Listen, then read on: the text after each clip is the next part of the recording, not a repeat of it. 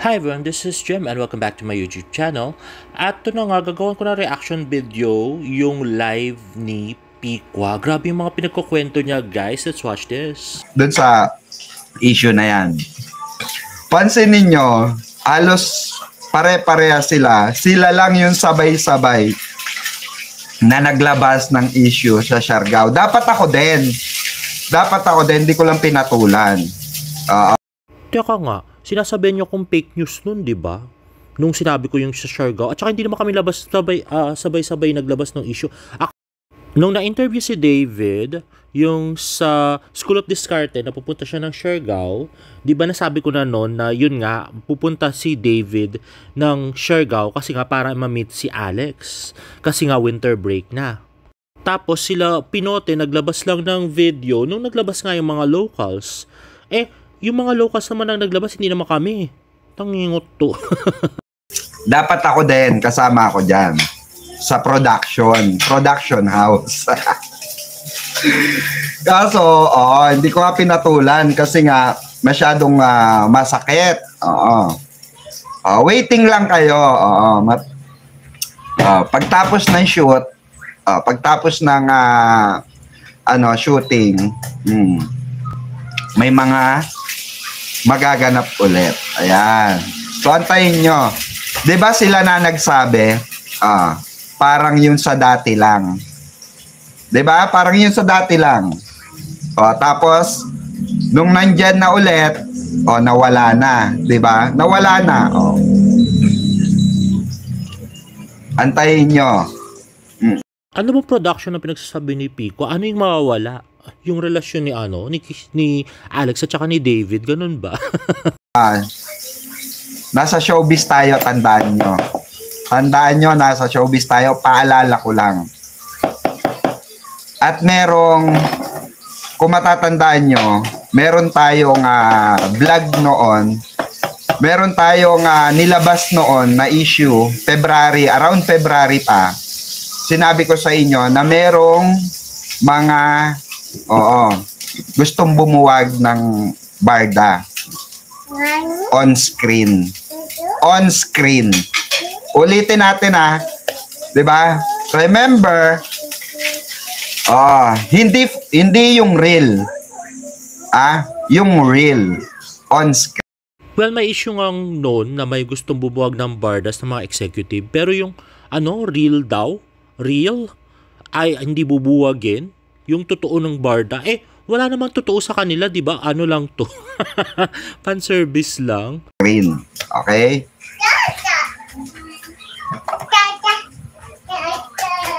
Hayaan na lang natin, tanungin nyo, kamustahin nyo yung sa production. Sa production nila. Tapos na yung, kailan matatapos yung episode niyan? Sabihin nyo, baka yung kagaya ng dati yan. Tapos kunwari, hiwalay na. Anong sinasabi ni Pico na kagaya ng dati? Yung relasyon ni Kisen tsaka ni David? Ano ba pinalilitaw niya? Scripted lahat? Ano ba ngayon? August, September, October. November, siguro tapos na yan shooting. November, tapos na yung shooting. So, ibig mo sabihin, Pikwa, sinasabi mo na you predict by November, tapos na ang relasyon, pagpapanggap na relasyon ni David at saka ni Alex, ganun ba yun? So, pagpapanggap lang ang lahat para sa'yo? Well, Pikwa, FYI, November ang birthday ni Alex. So, hindi ko sasabihin yung date, no? Kakuha ka lang ng informasyon sa akin. At syempre, ang magjowang Alex at David ay merong engranding celebration nun. Baka, ewan ko, baka maybe out of country nila gawin or something, balesin na naman, ganyan. Tanggap ko na, Sir Pikwa, kung wala na si David, kung iba babae gusto. Ma'am Camelia Bautista, ulitin ko po, Ma'am Carmelita, nasa showbiz po tayo. Wala po tayo sa reality. Minsan ang showbiz, parang nagiging reality. Pero ang totoo, showbiz lang siya. Grabe tong si Pikwa. So, ibig sabihin, ang showbiz lang ay si Alex at saka si David. Tapos yung Alex at Kisen dati ay showbiz lang din. Ang reality ay barda pa rin. kahit isang sightings. Luko-luko to. Ano na? May peg. Oo, may peg. May peg pala. Oo. May mga storyboard. Storyboard. Sabi ko sa inyo, nasa open and close parentheses tayo eh. Kumbaga, merong words dito, may usapin dito, tapos open and close parentheses, nandito yung Barda supporters, nandyan. Nakakulong tayo, nakaganon tayo. Andito, Barda supporters, tapos may words pa rito. Napagigitnaan tayo. Hintayin natin. Tama. Hintayin natin yung Winter Sonata. Grabe, ipipili talaga ni Pikwa sa mga followers niya na scripted lang ang relasyong Alex at saka David. In front of the camera lang, gano'n. Tatanong sa akin, sana sagutin, hindi sasagot. Sana sagutin, hindi sasagot. Ayun na nga, so pinangungunahan na rin ni Pikwa na hindi raw sasagot si David Licauco tungkol sa issue ng kanyang rumored girlfriend. It's all drama, sabi ni Ma'am Rax. Ay, Ma'am Sashi nga, wala akong sinasabing scripted. Ayokong mambasag, okay? Wala akong sinasabi ditong scripted. Ang sinasabi ko lang sa inyo, patapusin nyo yung shooting. Thank you. Patapusin na. Kasi ano pa eh. Episode by episode eh. Patapusin nyo lang yung shooting. Ayun nga, so tinanim nga talaga ni Pikwa sa utak ng mga followers niya na GMA ang may pakana nitong ano na to, nung relasyong Alex at saka David. At front lang yun, in front of yun ng camera. Pero totoo ang feelings, need lang. Sabi ko nga sa inyo, may taguan ng feelings dun sa kalaro ko, sa panaginip ko. So, nahihirapan din yung kalaro ko kasi magkaiwalay sila, nagtatago sila eh, di ba? So, kailangan ako yung makadiskubre, ako yung makapagtama. Kumbaga kailangan masakote ko yung, maiayos ko yung feelings nitong lalaki, maiayos ko yung feelings ng babae. Nakalaro ko. Supposed to be, yung taguan ng feelings, talagang sila yon. Kumbaga may ibang feeling ito, may ibang feeling yon. Okay? So kailangan, taguan ng feelings, 'di ba? Ganon. Ganon, taguan pa rin ng feelings kahit na may iba ng ka-holding hand si Barbie. At tapos si David naman ay merong kumakandong na sa kanya sa Siargao, ganon. Kaya nga pansin nyo, i-connect natin yung issue doon sa, yung issue dito ngayon, okay? Dito sa Barda, i-connect natin doon sa kalaro kong dalawa. Na kailangan nila magtaguan ng feelings at itama ko. Dati pa ikaw nga to. Ngayon, i-connect natin. Connect natin yung issue diyan. Etong mga kabarda, Damit sa labakan. etong dalawang kalaro ko sa panaginip ko. Hindi ko talaga siya pwede diretsuhin eh, mga kabarda. Majojombag ako. Majojombag ako ng bonggang-bongga. So ito ay same as before. Same as before. 'Di ba biglang single? Kasi wala naman pala 'yun. Ganon, Pikwa. So, lahat yung nangyari kay Kisen at saka kay David dati, pagpapanggap lang yun. At pumayag talaga si Kisen na magpanggap kasama si David kahit na alta siya. Yun nauna, wala naman pala yun. Wala naman pala talaga yun. Yun nauna, Ah, 'di ba may issue dati rin sa lalaki, 'di ba? May nauna. Tapos 'di ba, kunwari ano, 'di ba? Kunwari ay, balandra mo. Balandra. Okay. Balandra. Eto, bar, sighting sa bar. Sighting sa bar. Sa ano.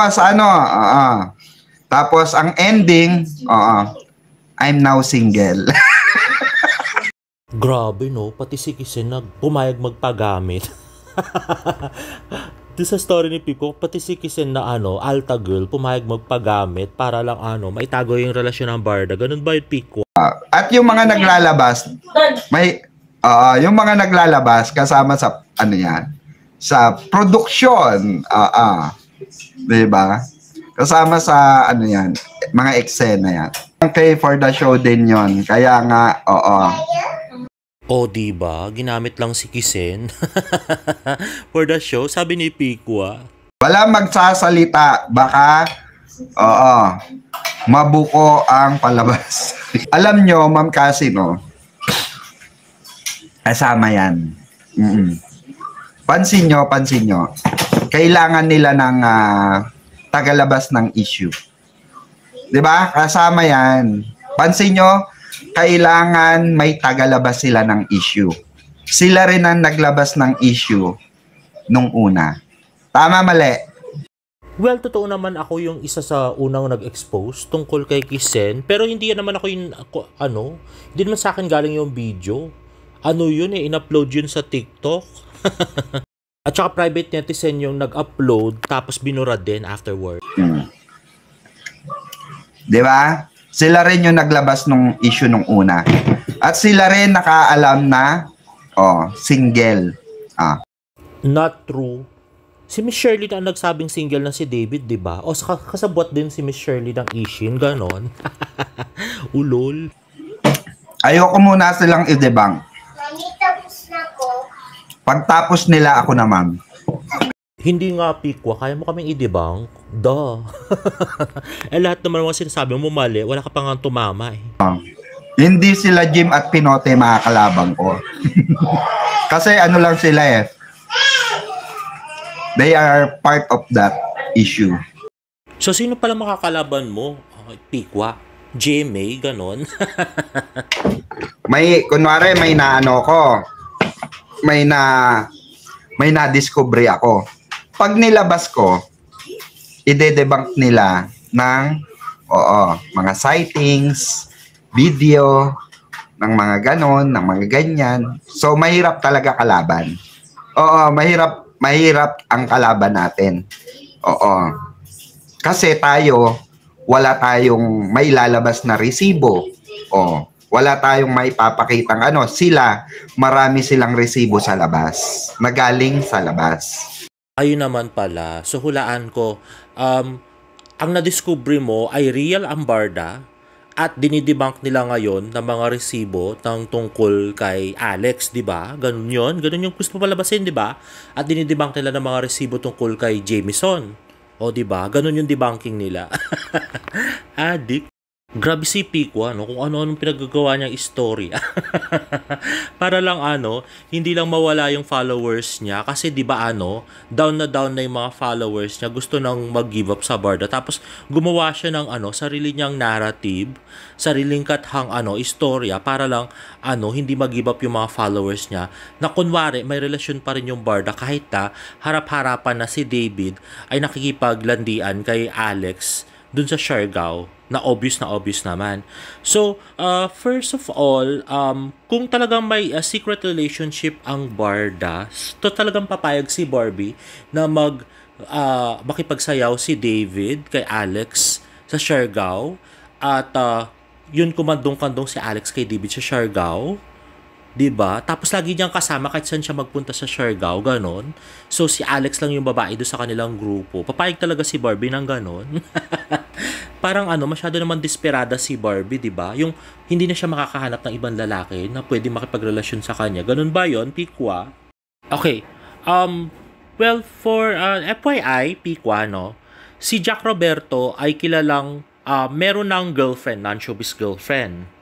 So, nakuha ko yan sa isang fan. No? So, kalat na yan. Marami na may alam. FYI. So, hindi ko gets yung logic mo. Bakit kailangan itago ng Barda yung kanilang relasyon kung si Jack ay meron ng bagong jowa? Tapos, si Kisen ay meron na ring bagong jowa na counselor. Anong sense ng pagtatago ng relasyon ng Barda? Diba?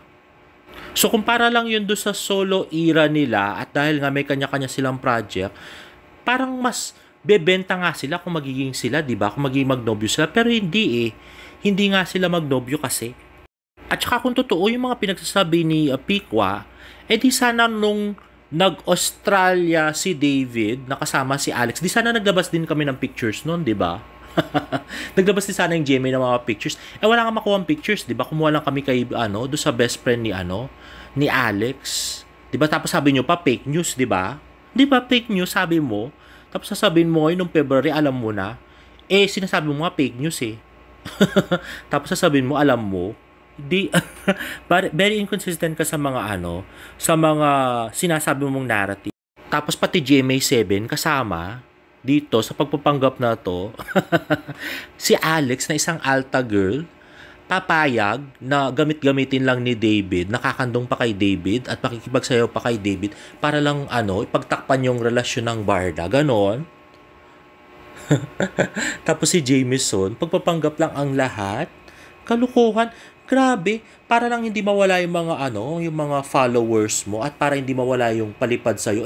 Lulukuhin mo yung mga tao ng ganyan. Nag-isip ka kagabi ng bagong istorya para mapaniwala mo yung mga tao at hindi sila mag-alisan sa iyong live, ganon. Kung tutusin, hindi naman kami yung nag-shooting at saka gumagawa ng script. Di ba ikaw ang magaling gumawa ng script? Di ba nga yung sa Chicago, sabi mo nandun na si Barbie pero nag-shooting pa rin siya. Day 5 na ngayon sa dun sa movie niya, di ba? Tapos ano ba yung ginawa mong script?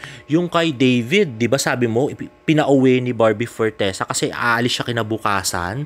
Tapos hindi, kailangan umuwi ngayon. Kailangan bumili ng ticket ngayon. Sabi kailangan mag-book ng flight ngayon. Hindi pwedeng bukas, sabi mo pang ganon. Yun, sabi mo pa 2 days lang si David doon. Ngayon? 7 days na si David, hindi pa rin umuwi, nag-i-enjoy kasama si Alex. Di ba? Ikaw ang gumagawa ng script. Ikaw lang lahat yan. Grabe. Ano-ano nang pinaggagawa mong script? Kalukuhan ka. At saka alam mo, Pikwa, kahit meron mang tao na mag-hire ng paparazzi at pasundan si David, kung wala naman siyang ginagawa talaga kasama yung ibang girl, wala naman makukuha yung paparazzi, di ba? Ang problema hindi siya yung makalat eh. Di ba nga, merong sumasayaw siya kasama yung girl, kausap niyang very sweet yung girl, may pakandong pa. Di ba? Ikaw, Pikwa, actually, yung nagpapapangit nung image ng Barda kasi ginagawa mo na pumapayag si Barbie talaga na si David ay may kasamang ibang babae sa Siargao, samantalang si Barbie ay may kasamang si Jameson nga, kahit na sila naman si David talaga ay may relasyon. Kalukuhan, di ba? Tapos pati pa yung relasyon ni Kisen at saka ni David dati, sinasabi mong palabas lang. Grabe. Wala ka man nun, di ba? Ito kasi, kaya nga yung narratives mo walang kumukuha na media. Kasi fake yung sayo, fake news ka. Hindi katulad yung amin, yung tungkol kay Alex. Kinuha ng Reddit, kinuha ng Daily Tribune, kinuha ng Abante. Kasi totoo siya, nag-research sila na pag-alaman nilang totoo. Ikaw, meron na bang media outlet na kumuha ng mga istorya mo? Di ba wala? Grabe, ang kapal ng mukha mo mag-invento ng istorya at pinagluloko mo yung mga followers mo. Ginawa mo napakabobot nila, napakatanga. Hay nako, hayaan mo, Pikwa, ikakalat ko yung mga pinagagawa mo at pinagsasabi mo dito sa vlog mo para malaman ng buong mundo kung ano yung mga pinagtatahi mong istorya. Grabe. Hindi ako makapaniwala talaga na ganyan ka desperado ka para mapanatili yung yung mga nakukuha mong views para kumita ka at yung nakukuha mong palipad diyan sa diyan sa live mo. Ay nako. Anyway guys, if you like this video, please give it a thumbs up and please subscribe to my YouTube channel for more bird updates. See you in my next vlog. Bye!